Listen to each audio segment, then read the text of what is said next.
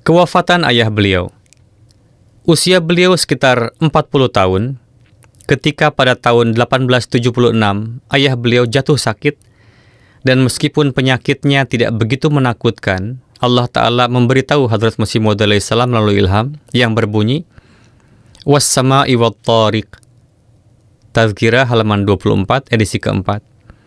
Artinya, demi langit dan yang datang pada malam hari.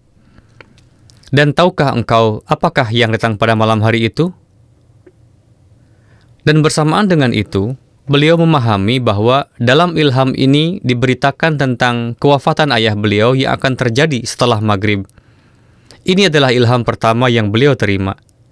Dan melalui ilham ini, seolah-olah Allah Ta'ala memberitahu beliau dengan kasih sayangnya, bahwa ayah duniamu akan meninggal. Tetapi mulai hari ini, aku menjadi ayah samawimu. Hadrat Masih Maud alaihi salam menulis, ketika saya diberitahu bahwa ayah saya akan meninggal setelah matahari terbenam, sesuai dengan sifat kemanusiaan, saya merasakan kesedihan mendengar berita ini.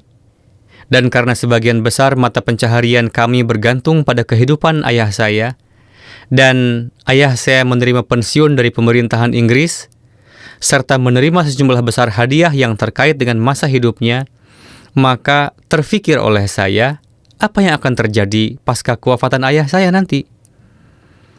Dan timbul kekhawatiran dalam hati saya bahwa mungkin hari-hari kesulitan dan kesusahan akan menimpa kami.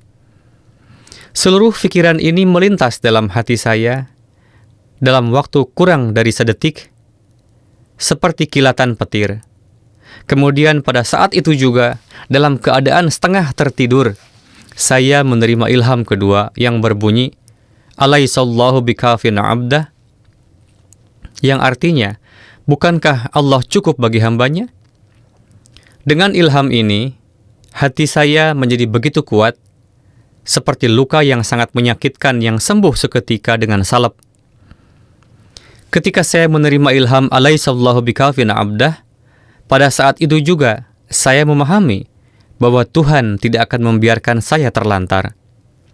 Lalu saya menuliskan ilham itu dan menceritakan seluruh kisahnya kepada seorang Hindu Khatri bernama Malawamal yang tinggal di Kadian dan masih hidup hingga saat ini. Saya mengirimnya ke Amritsar agar melalui perantaraan Hakim Maulwi Muhammad Sharif Kalanuri, ilham tersebut dapat diukir pada sebuah batu permata dan dibuat menjadi stempel, lalu dibawa kembali. Saya memilih orang Hindu ini untuk tugas tersebut, semata-mata agar dia menjadi saksi dari nubuatan agung ini. Akhirnya, melalui perantaraan Maulwi Sahib tersebut, cincin itu dibuat dengan biaya hanya 5 rupis dan sampai kepada saya, yang hingga kini masih ada pada saya.